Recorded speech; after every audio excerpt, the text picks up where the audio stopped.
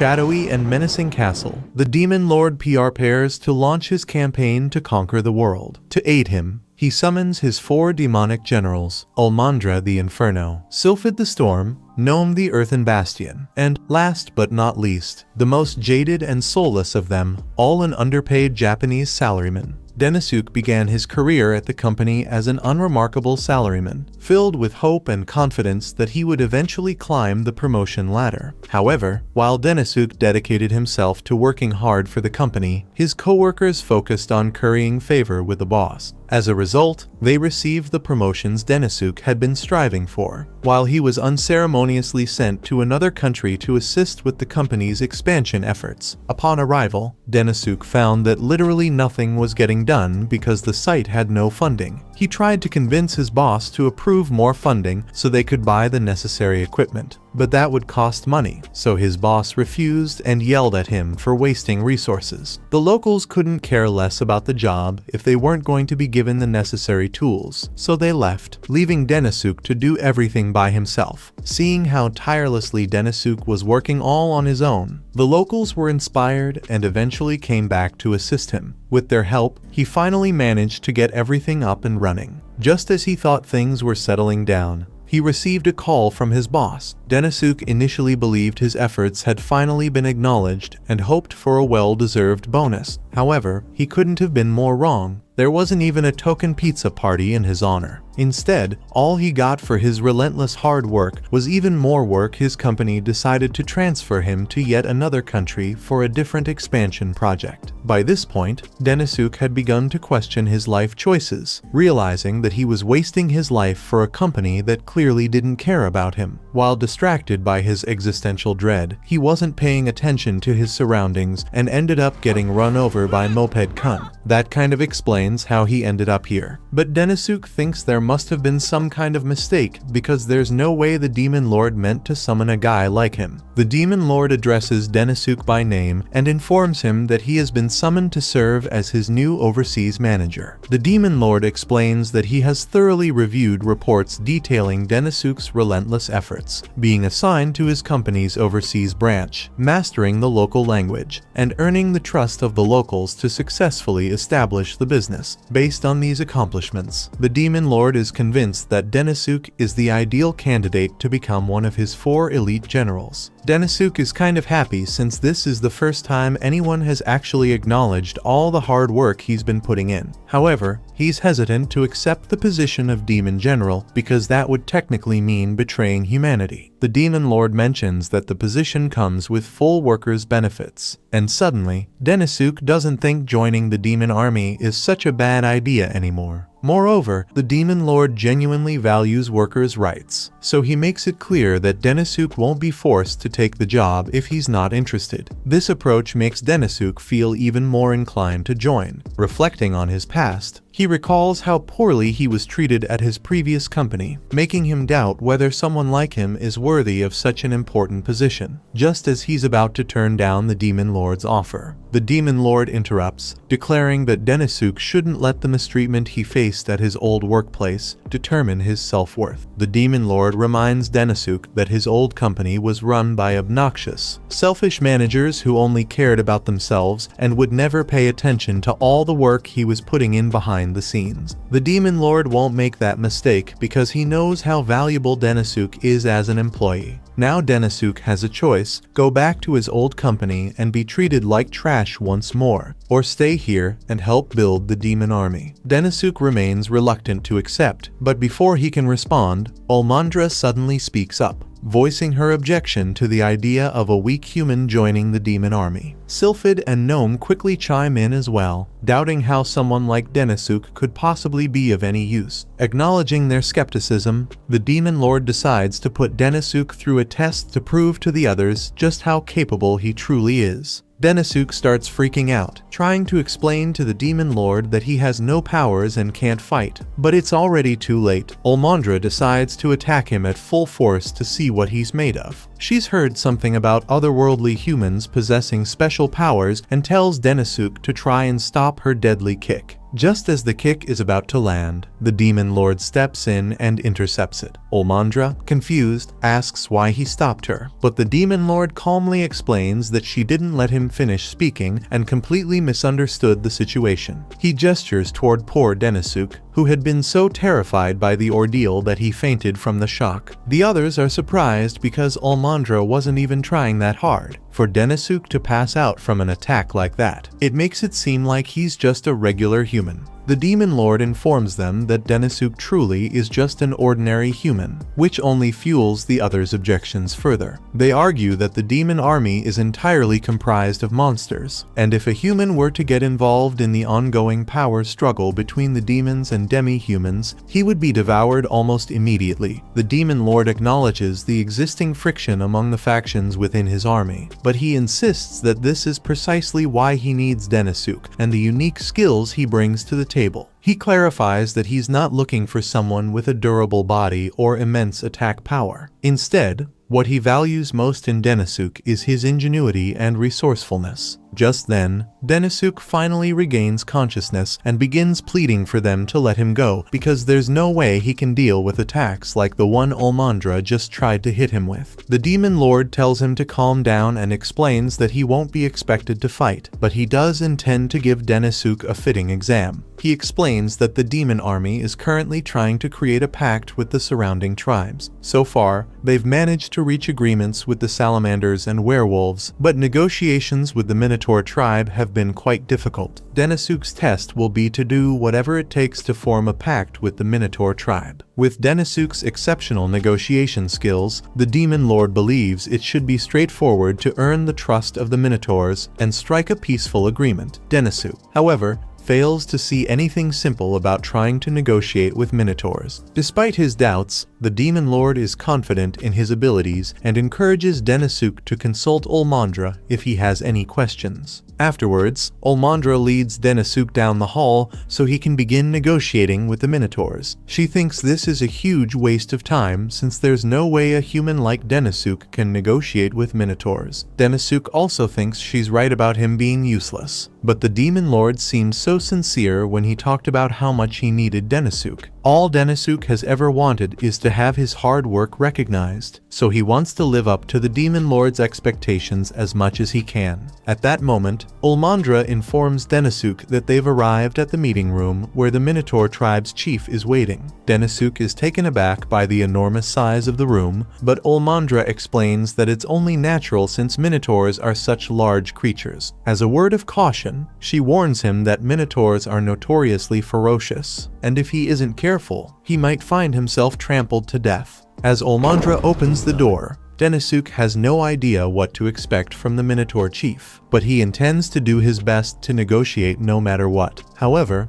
once he actually sees the Minotaur chief, he freaks out. There's no way he could negotiate with someone like Terius without instantly dying. Olmandra feels bad for him, so she offers to help with the negotiations, and Denisuk is really thankful for the help. But then he sees Olmandra start arguing with Terius, and he gets the feeling that negotiations aren't going so well. Olmandra can't comprehend why Terius is dissatisfied with everything they've offered him. Terius claims that she doesn't understand what he's trying to say, and as a result, no progress is made on the pact. Frustrated, Olmandra leaves the meeting room. She struggles to understand why Terius is now so resistant to the agreement, especially since he was initially open to the idea. Just as they were about to finalize the deal, he suddenly started shouting blah blah repeatedly, despite returning several times to see if he might change his mind. All Terius ever says is blah, leaving Olmandra completely unable to figure out what he wants. Olmandra can't possibly see a resolution, so she's going to leave the rest for Denisuk to figure out. Although she fully expects him to fail miserably, Denisuk starts having a full-on panic attack because he thinks there's no way to get around this mess. As he's walking through the halls trying to figure out what to do, he spots a bar sign and decides to head in to clear his head. The bartender hands him a warm towel to help him relax, and Denisuk orders a drink as he takes a seat to gather his thoughts. He wants to focus on the negotiations, but he feels stuck since there's little he can do if the client outright refuses to negotiate. However, as he reflects, Denisuk begins to suspect that Tereus might not actually be rejecting the negotiations entirely. He recalls a similar experience from his past, where a client kept saying no, but by carefully reading the client's eyes, he was able to discern their true intentions, ultimately leading to a successful agreement for both parties. Now Denisuk knows what he needs to do. He finishes his drink and heads outside to do what businessmen do, negotiate. Meanwhile, Olmandra is back in the Demon Lord's throne room giving a report about her conversation with Tereus. It didn't lead to any meaningful breakthrough, so she doesn't think Denisuk will be able to achieve anything either, especially since he just arrived in this world today. The Demon Lord, however, still believes in Denisuk and urges Olmandra to wait and see what he's capable of achieving. Though Olmandra doesn't understand what the Demon Lord sees in Denisuk, she decides to check on him to ensure he's doing all right. When she finds him, he's busy stuffing several bags full of hay. Curious, she asks what he's up to, and Denisuk explains that he's preparing to have a proper conversation with Tereus. She tries to tell him that it's pointless since Tereus isn't willing to negotiate, but Denisuk still thinks there's a chance. He just needs to look Tereus in the eyes and convey his emotions properly so the two of them can understand each other. Olmandra observes that Denisuk seems much more confident than before, and this time, he enters the meeting room to speak with Tereus without a trace of fear. The next morning, Olmandra goes to the meeting room to check if Denisuk has survived the night. However, when she peers inside, she's met with the sight of a room filled with hay, but neither Denisuk nor Tereus is anywhere to be found. At first, she thinks the negotiations must have failed, leading to a massive fight, but just then, Denisuk comes in and tells her everything is fine. In that case, she wants to know why there's hay all over their sacred demon castle, and more importantly, she asks where Tereus went. Denisuk tells her that Tereus is currently finalizing the pact agreement with the Demon Lord. Olmandra is stunned that Denisuk managed to secure Tereus's agreement in just one night. Denisuk explains that all he did was take the time to understand Tereus better, which made the negotiation process surprisingly simple. Olmandra had assumed Tereus was refusing to negotiate because he kept shouting blah repeatedly. However, as it turns out, Tereus actually believed the negotiations were progressing smoothly all along. Denisuk had experienced something like this before with an international client. The client in question was really enthusiastic about saying no to him. So Denisuk thought the negotiation was going to end in failure, but to his surprise, the man then reached out for a handshake, and he realized it was all a misunderstanding. The same thing applied to Tereus. Denisuk took some time to research Minotaur culture and discovered that Minotaurs always bring hay with them to use as bedding whenever they visit someone else's home. It turned out that Tereus had been trying to request his hay all along. Once Denisuk realized this, the negotiation proceeded without any further issues. Now, Olmandra realizes that she had misunderstood Tereus and left him in that room to sleep on the cold floor, so she feels really bad. But Tereus tells her it's all right since it was an honest mistake, and he shakes her hand to show that there are no hard feelings. As Tereus departs, the Demon Lord approaches Denisuk and Olmandra. He asks Olmandra if she now understands why he's so eager to have Denisuk join their ranks. Olmandra concedes that Denisuk truly has remarkable skill when it comes to negotiations, having successfully passed the Demon Lord's test. Denisuk is officially appointed as one of the Demon Lord's 4 generals. To mark this new position, the Demon Lord places a bracelet on Denisuk's arm as a symbol of his authority. As a gesture of her newfound respect for Denisuk, Olmandra formally introduces herself and expresses her eagerness to work alongside him as a new friend. Denisuk is gradually finding his footing as one of the demon generals. It's a relief that he now has his own office and a boss who seems supportive, but it's clear this new environment will take some time to adjust to. Now that his position as one of the demon generals is official, Denosk decides it's only right to formally introduce himself to the others. With that in mind, he makes his way to Sylphid's room and gives a knock at the door. To his surprise, it's a girl who answers and asks him what he wants. Denosk explains that he's here to introduce himself to Sylphid. However, the girl responds curtly, informing him that she's Sylphid's assistant and that Sylphid is a very busy man, so she can't allow Denosk to bother him. Denosk is disappointed, but knew he was bound to face some pushback from the other demon generals. He decides to just come back later to try again. However, before he could leave, Olmandra comes running up to him because she has something important to say. The Demon Lord has another assignment for Denosk, so Denosk goes to meet with him immediately and is informed of an agreement he is working on for the demon army to grow in strength. He needs the support of all the surrounding demi-human nations, and among all those nations, the Ogre tribe is particularly influential. Their military strength rivals that of the demon army, making them a potential threat to the demon empire if they were to turn hostile. For this reason, the Demon Lord is aiming to hold merger negotiations with them to unite their forces. However, the ogres are famously difficult to bargain with, and so far, no agreements have been made. Even so, with Denosk handling the matter, the Demon Lord is confident that an agreement can be reached, which is why he's granting Denosk full authority over the negotiations. While Denosk is grateful for the Demon Lord's trust in him, he can't ignore the very real danger of potentially losing his life to the ogres if he goes alone. Olmandra volunteers to escort him to the Ogre tribe. However, before that, Denosk says he wants to go meet with Gnome since she's in charge of the demi-human division of the demon army, and she might have some valuable information about the ogres. Olmandra thinks Denosk is right, but absolutely refuses to go anywhere near Gnome because she has beef with her. So, instead, she says she'll go check on the carriages while Denosk talks with Gnome. Denosk makes his way to the training grounds, where Gnome is conducting her daily training session. He is thoroughly impressed by what he observes. Not only are Gnome's soldiers highly skilled in combat, but she also excels at keeping their morale exceptionally high. After the training concludes, Gnome turns her attention to Denosk and inquires about the reason for his visit. Denosk explains that he is there to ask if she has any information about the Ogre tribe. Gnome admits she doesn't know much, but mentions that their leader, Augur, is infamous for being incredibly difficult to engage in conversation.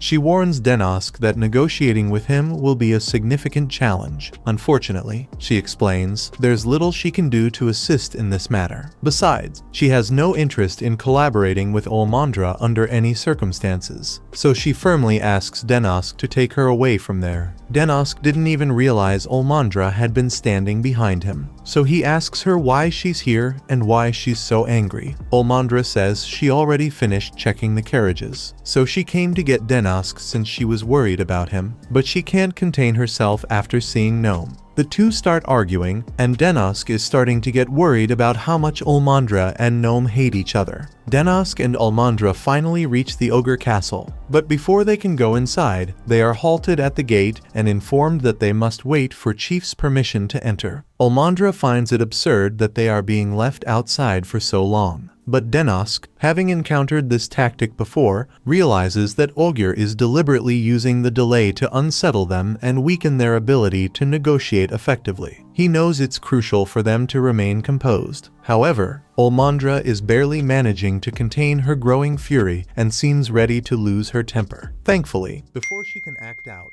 Augur's assistant comes out and tells the two that they may now enter. As they walk in, Denosk notices how scruffy Augur's armor looks. Eventually, they make it to Augur's throne room and come face to face with Augur himself. But when Olmandra tries to start the negotiations, he tells her to shut up. He doesn't care why they are here, because he's never going to listen to what they have to say unless, of course, they came to surrender to him, in which case he might hear them out, but only if they agree to kill their chief, the Demon Lord. Olmandra can hardly believe the sheer absurdity of what just came out of Augur's mouth, and she's seconds away from losing it completely. However, Denosk quickly grabs her hand, urging her to stay calm, reminding her that a violent reaction is precisely what Augur is trying to provoke. Turning to Augur, Denosk speaks in his most composed and professional tone, stating that he and Olmandra are stepping outside for a quick discussion. Once they're outside, Olmandra unleashes her fury, ranting about Augur's audacity and cursing his very existence for daring to say such a thing. She's absolutely ready to march back in and rip him apart, but Denosk manages to steady her, reiterating that reacting to Augur's provocation is playing right into his hands. He is intentionally saying things to get them angry in hopes that they cause a scene so negotiations break down. That way, he can avoid directly rejecting the negotiation and blame its failure on the two of them. Now that she knows what Augur was trying to do,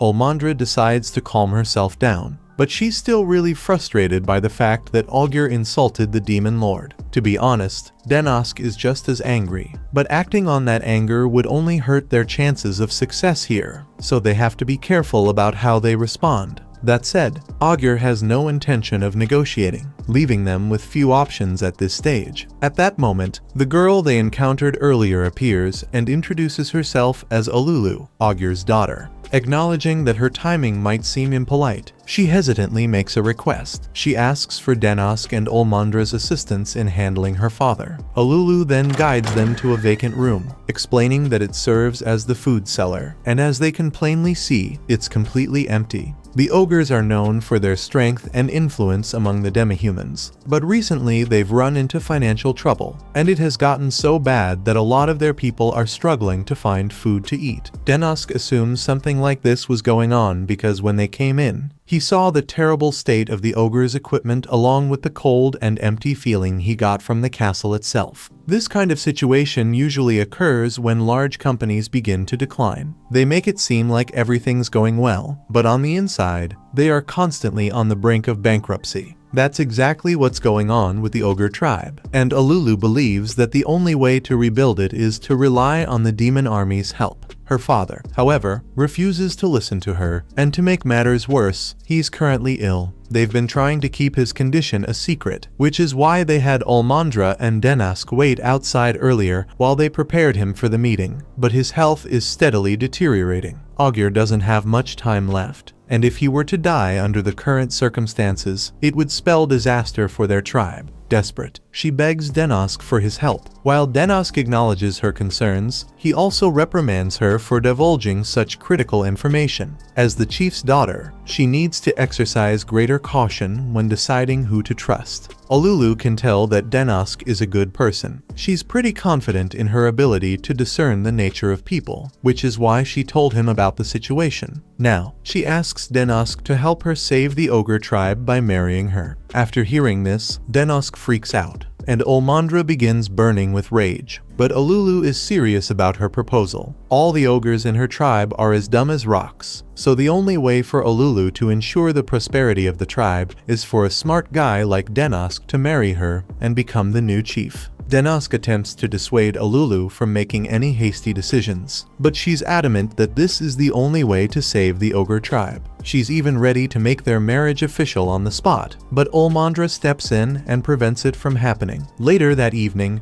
Denosk finds himself in his office, grappling with the predicament he's in. Augur refuses to negotiate, and Olulu is determined to marry him. Failing his second mission for the Demon Lord is not an option, so he decides to retreat to the bar in his mind to clear his thoughts. This time, however, Denosk isn't alone. His imaginary version of Olmandra is seated at the table next to him, engaged in a lively debate with the bartender over which is cooler, gorillas or lions. Realistically, a gorilla could wipe the floor with a lion any day, but Olmandra argues that lions are cooler because a group of them is called a pride. The moment Denosk hears this, he snaps out of his trance, and suddenly, he has a brilliant and foolproof plan to tackle the situation. The first thing the next morning, Denosk calls Olmandra outside. He apologizes for waking her up so early, but explains that he needs her help for a new negotiation plan. For Denosk's plan to work, they need to go somewhere else first. If all goes well,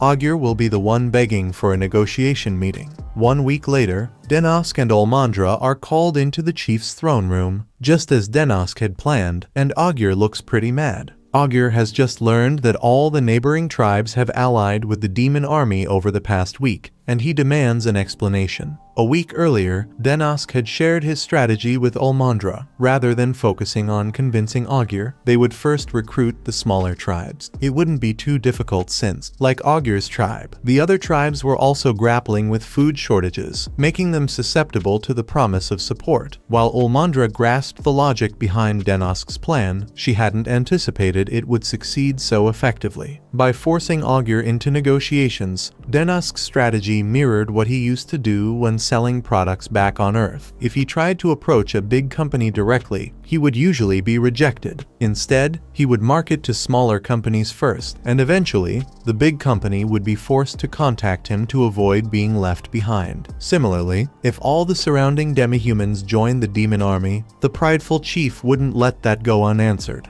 For the moment, Denosk feigns ignorance, claiming he merely proposed an alliance with the smaller groups to help them survive by gaining the demon army's support. This explanation only fuels Augur's anger further, as he never authorized any negotiations. Everything is unfolding perfectly, though, because with Augur now visibly agitated, he becomes far more vulnerable to Denosk's negotiation techniques. Denosk then calmly reveals that these alliances weren't orchestrated by him alone, he had Olulu's assistance. Augur can't believe that his own daughter would betray him like this, but she tells him it was necessary for the sake of their ogre tribe. The only way out of their current situation is to rely on the demon army's aid. As much as he may not want to admit it, times have changed. He's grown old and is currently sick, so they need to join the demon army to survive. Just then, Denosk chimes in and offers an alternative to Augur. Instead of joining the demon army, they could form an equal partnership. Truthfully, Denosk is making this up. He hasn't altered a single detail of the agreement. However, by presenting it as an equal partnership, it appeals to the pride of the ogre chief, making him far more likely to consider it. As anticipated,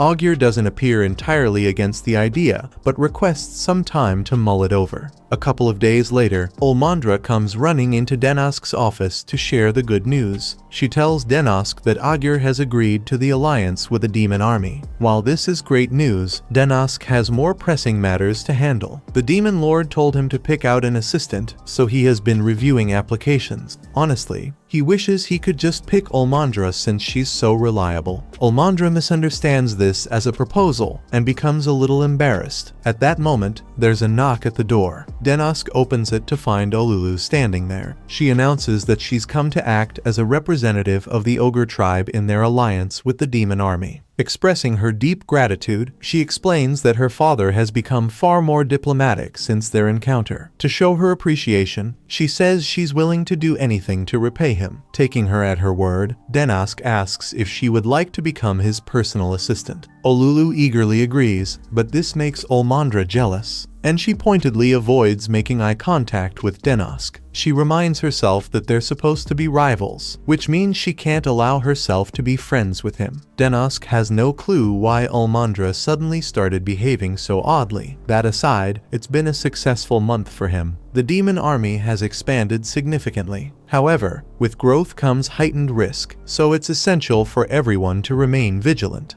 A few days go by, and Denisuk is busy working in his office as usual when Olulu enters and informs him that she has successfully negotiated with a werebear tribe. Just as he had requested, she explains that as long as their conditions are met, they are willing to support the demon army. Denisuk is pleased to hear that the talks with the werebear tribe went smoothly, but Olulu has something else to share. She mentions that word has gotten around about Denisuk being recognized for all the effort he has been putting in, and that an award ceremony will be taking place soon. She adds that she'll give him more details once his lunch break is over. Denisuk has no clue what kind of award awaits him, but knowing the demon lord, he's confident it will be something far more exciting than a simple pizza party. At that moment, Olmandra walks into Denisuk's office, bringing lunch for the two of them to share, as they always do. While Denisuk enjoys eating with Olmandra, he despises the fact that the demon army's menu is limited to plain porridge. He understands the challenges of providing meals for an entire army, but he can't help but wish for some meat to accompany the bland porridge. Hearing Denisuk's complaints, Olmandra comes up with the perfect idea. idea. If he wants meat, then they'll just have to go straight to the source to get it. Denisuk isn't thrilled about the idea of going hunting just to satisfy his craving for meat. But that's not the only reason Olmandra brought him out here. It turns out she received a request from the nearby demi-human tribes, asking for help in dealing with a magical beast that has been attacking them in this forest. So far, this creature has killed 5 orcs, and Denisuk finds that absolutely awful. Olmandra, however, has a different perspective. She explains that it's only natural for the weak to fall prey to the strong. Ordinarily, it would be the responsibility of the orc tribe to protect themselves from threats like this, but the beast they're facing is far too powerful for them to handle. Not wanting to see the orc tribe wiped out, Olmandra decided to take on the task herself. Speaking of which, Olmandra notices some mushrooms growing under a tree. From what she was told, all the orcs that got eaten were attacked while picking these mushrooms since they are a valuable ingredient. Therefore, the magical beast must be camping somewhere around here. If they wait long enough, then it's sure to attack. Evidently, they didn't have to wait long since the boar shows up behind them almost immediately. Olmandra tells Denisuk to run for cover while she handles this. She jumps into the air and heel kicks the boar's face into the ground, but in retaliation, the boar starts using its horns to throw rocks at Olmandra, although she can easily dodge them. Denisuk can't, so he's freaking out. The boar charges forward, crashing through trees and heading straight for Denisuk. Before it can reach him, Olmandra delivers a solid punch to the boar's stomach. From Denisuk's vantage point, it's obvious that Olmandra is incredibly strong, but none of her hits so far have been lethal. In an ordinary fight, that might not matter, but their goal here is to hunt the creature. What Olmandra is missing right now is the killing power needed to finish the job. The boar's sharp tusks make it a dangerous opponent, and one mistake on Olmandra's part could prove fatal. Her attacks are causing blunt force damage, but she needs to wrap this up quickly. Denisuk thinks she needs a weapon. He was right about Olmandra's blows not being strong enough to kill this thing as she is now. However, she has been holding back so far. She doesn't like using her true power because it takes a long time to recover from the effects, but she won't be able to kill this thing otherwise. The boar tries charging at her again, but this time Olmandra is able to stop it with one hand. She could easily kill it with a single punch right now, but that might ruin its meat. So instead, she picks it up and snaps its neck. With the boar now defeated, Olmandra tells Denisuk that they can finally have some meat. However,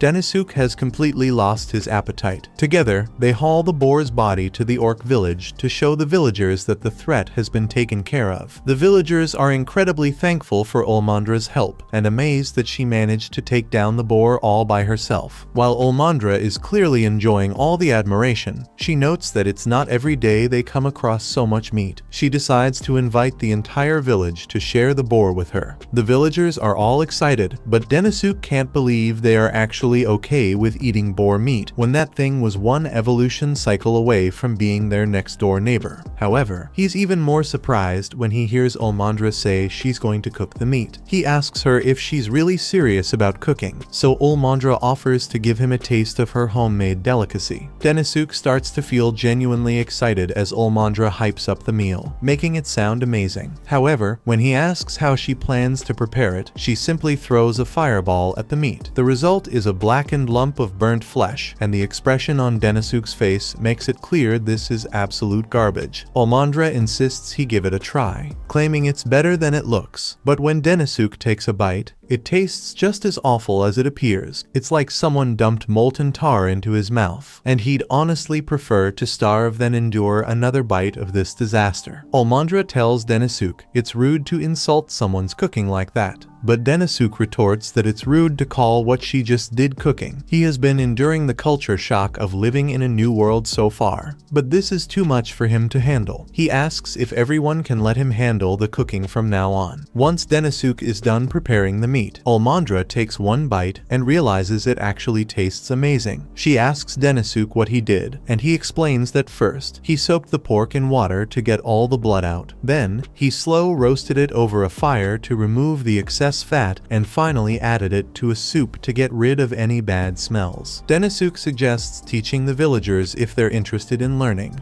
and they're thrilled that one of the demon generals is showing such thoughtfulness. However, Olmandra feels that someone of Denisuk's rank shouldn't be wasting time teaching villagers how to cook. Denisuk disagrees, explaining that his role is to improve the demon army, and a key part of any civilization's progress lies in advancing their culinary skills. He points out that when people have regular access to meat, they naturally find ways to enhance its flavor. But since meat is such a rarity here, no one has the luxury to experiment. In other words, this country is both impoverished and lacking in culinary knowledge. It might sound harsh the way Denisuk says it, but Olmandra can't deny that he's right. This country is largely barren and, compared to its neighboring nations, it's relatively weak. That's precisely why they need to put in the effort to bring about change as part of the Big Four. With their work here finished, Olmandra suggests they head back to the castle, but Denisuk isn't so sure it's a good idea since night has already fallen. Olmandra reassures him that it won't be an issue, as she can light their way with a fireball. She's really proud of her magic prowess since it's an ability unique to demons, and Denisuk is quite impressed. It also makes sense why demi-humans, who can't use magic, train day in and out to become effective fighters, while demons like Olmandra can rely solely on their magic. However, he thinks Olmandra could stand to improve her combat techniques a little. For instance, even though her attack power rises dramatically when she uses her true power to transform her body, it takes a while for her body to recover afterward. He suggests that she should bring a weapon to help with combat next time and also wear armor that covers more of her body. As soon as Denisuk says this, Olmandra freezes in place and extinguishes her light, while she recognizes that he might be right. His fixation on efficiency comes across as deeply insulting to her. Too angry to stay near him, she decides to leave Denisuk behind in the forest. Denisuk, confused about why she got so upset, quickly comes to the realization that lingering in this forest is a surefire way to end up as prey. Without wasting any more time, he bolts back to the orc village for safety. The next morning, Denisuk meets with the Demon Lord to give a report on the mission, and the Demon Lord congratulates him on his success. However, he also mentions that Olmandra returned last night, while Denisuk only arrived this morning with an escort from the orcs. The Demon Lord wants to know if something bad happened between him and Olmandra. Denisuk breaks down and says he's not worthy of being one of the demon army's generals. The Demon Lord urges Denisuk to calm down and explain what happened, so Denisuk recounts the entire situation. Recognizing that Denisuk unintentionally upset Olmandra, the Demon Lord emphasizes that the priority now is to mend their relationship for the good of the demon army. He gives Denisuk an official order to find a way to make amends with her. However, that's easier said than done. Denisuk remembers how proud Olmandra was when she mentioned that only demons are capable of using magic, but he suspects there's more to it than just that. Determined to find a solution, he begins reading a demon history book to gather some insight. Denisuk soon finds a chapter talking about how a strong physique is essential for a demon's magic power. This is why demons take great pride in their bodies and often wear extremely revealing clothes. Denisuk now understands why Olmandra got so upset when he told her it would be more efficient to wear armor that covers her body more. He was basically rejecting her pride as a demon. Even if he knows why she got mad, he has no idea how he's going to repair their relationship. Meanwhile, back at the castle, Olulu has just finished chopping firewood for the day and is preparing to move on to her next task. She's stunned to suddenly find herself facing a threatening wall of despair. Olmandra, still upset over what happened with Denisuk, runs up to Olulu in tears, crying that Denisuk hates her and refuses to appreciate her body. Olulu has no idea what's going on at first, but after Olmandra explains what happened, she realizes where the misunderstanding might have come from. She tells Olmandra that, as a human, Denisuk's values are a lot different from theirs. In particular, Olulu knows that Denisuk doesn't think exposing your body is a good thing. Olmandra can't believe it since she's been exposing her body to him for weeks, and he never complained about it. Olulu explains that Denisuk likely assumed Olmandra was just some kind of exhibitionist, which is why he never brought it up. Hearing this, Olmandra suddenly realizes that if Denisuk was uncomfortable with her exposed body, then all the physical gestures of affection affection she had shown him might have seemed like inappropriate behavior. Overwhelmed with embarrassment and anger at herself for abandoning Denosuke in the forest, she begins slamming her face into the floor repeatedly. Olulu pleads with her to stop, worried that the floor won't be able to withstand much more of her outburst. Olmandra asks Olulu for advice on what she should do now since she got mad at Denosuke for no reason. Olulu tells her about a discussion she had with him when she first became his assistant. He told Olulu that he wanted her to stay true to her desires no matter what because he wanted her to feel free to talk about any troubles she had so they could come to a solution together, regardless of any misunderstandings. Olulu is sure Olmandra can make up with Denosuke as long as they talk it out. Denosuke and Olmandra eventually cross paths in the castle stairwell, each with something important to get off their chest. Olmandra blurts out that she's not trying to act like an easy girl. She just wanted him to compliment her body. At the same time,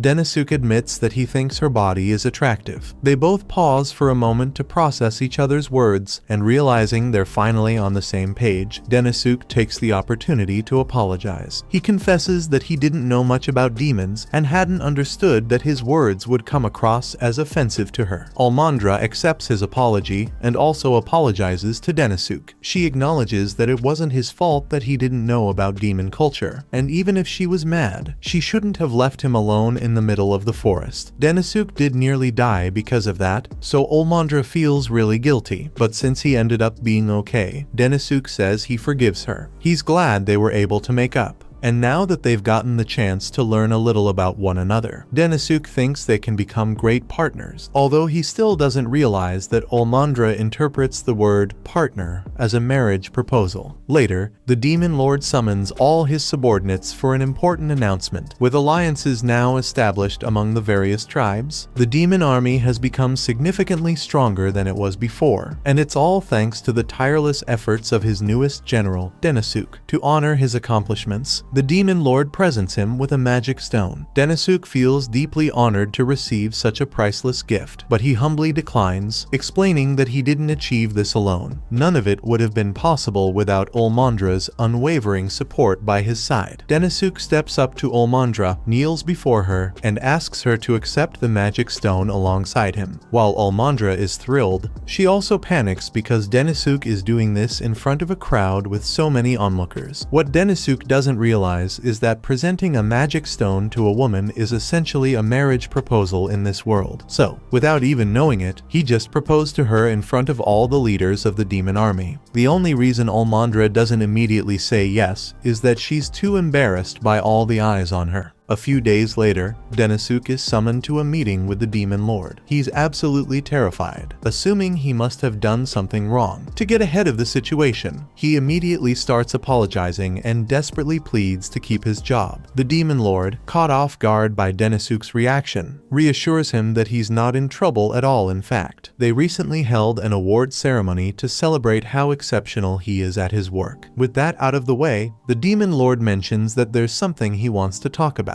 He then asks Denosuke for his opinion on the current relationship between the demi-humans and the demons serving in the demon army. Based on what Denosuke has observed firsthand, it seems that the demi-humans feel inferior to the demons, primarily because only demons possess the ability to use magic. This is precisely the issue the Demon Lord has been working to resolve. He tasks Denosuke with finding a way to make magic accessible to everyone so that the demi-humans can stand on equal footing with the demons. While Denosuke agrees that it's a solid plan, there's one significant issue: he himself is incapable of using magic. So how is he supposed to figure out a method to make it usable for everyone? The Demon Lord acknowledges that it's a challenging task, which is precisely why he has given Denosuke a magic stone. He grants Denosuke full authority to decide how to use it in order to accomplish his mission. Knowing Denosuke won't be able to handle this alone, the Demon Lord assigns a magic specialist to assist him. That specialist is Sylphid, and the Demon Lord assures Denosuke that Sylphid is highly skilled when it comes to magic. However, he warns Denosuke to stay cautious, as Sylphid is notoriously difficult to deal with. Denosuke nods in understanding and exits the Demon Lord's throne room to search for Sylphid. While this is happening, Olmandra watches Denosuke from behind the railing. For the past few days, she's been spying on him whenever she gets the chance, not only because she's curious about how his work is progressing, everything, but also because she's still bubbling with excitement from Denisuk's marriage proposal a few days earlier. Denisuk eventually makes it to Sylphid's room and knocks on the door. However, it's Belinda who answers. She informs him that Sylphid isn't there at the moment and tells him he'll need to come back later. As she attempts to shut the door, Denisuk quickly wedges his foot in the doorway, insisting on coming in regardless. Olmandra witnesses all of this unfold and begins to feel upset, wondering why Denisuk would flirt with another woman after proposing to her. Meanwhile, inside Sylphid's room, Belinda keeps trying to persuade Denisuk to leave, insisting that Sylphid isn't there. However, Denisuk isn't falling for it because he knows the truth. Belinda is actually Sylphid. She tries to deny it, but Denisuk has 3 solid reasons to believe she's lying. First, he's memorized the roster of all Demon Army officials, and there's no one named Belinda on the list. Second, the Demon Lord already spilled the beans and told him that Sylphid likes to disguise herself to avoid work. Sylphid has clearly been caught, so she admits that Denisuk is right about her, but he still doesn't understand why she would pretend to be her own assistant. Sylphid simply explains that if everyone knew her real identity, then they'd start giving her tons of work to do, and she hates work. Be that as it may, Denisuk has some work he needs to discuss with her, so he asks Sylphid if she can spare some time to talk about magic tools with him. However, Sylphid refuses to do anything that requires effort, even if it's under direct orders from the Demon Lord. Besides, she already made something like that in the past, so she has no reason to recreate it now. Denisuk is completely unaware that Sylphid had experimented with creating magic tools in the past. Noticing his interest, she decides to show him one of her inventions. She pulls out an object and explains that it's constructed from a mineral base designed to easily conduct magic, with layers of magic stone integrated into it. This setup enables it to cast all kinds of magic, which sounds exactly like what Denisuk has been searching for. He immediately asks Sylphid if he can get permission to mass produce it. Sylphid responds that he's free to do whatever he wants, but there's one major issue: the prototype alone costs 10 million to make. To fund mass production, he's going to need an exceptionally good financial strategy. Since the device relies on high-level magic stones for its construction, it's no surprise that the cost is so high. Denisuk, however, is still stunned after hearing just how expensive these devices are, and he finally understands why Sylphid never moved forward with mass production, but he refuses to give up so easily. Determined to find a solution, he asks her if it might be possible to reduce the number of spells the device can cast. Based on what Sylphid explained, the device needs high-level magic stones to enable it to cast multiple types of magic, so he proposes simplifying it to focus on just a single spell. Sylphid is intrigued because she had never thought of it that way. After a little thinking, she confirms that limiting the device to one spell would significantly reduce the cost, since low-level magic stones could be used in production instead. She's really impressed that Denisuk was able to come up with that idea in such a short amount of time, and it just so happens that he has a magic stone on hand, so he asks Sylphid if this will work. Sylphid is starting to get invested in this idea, and since they already have all the necessary materials, she's ready to begin work right away, but she needs an assistant to help. So she drags Denisuk down into her basement, and she doesn't plan on letting him sleep tonight. Meanwhile, outside Sylphid's room,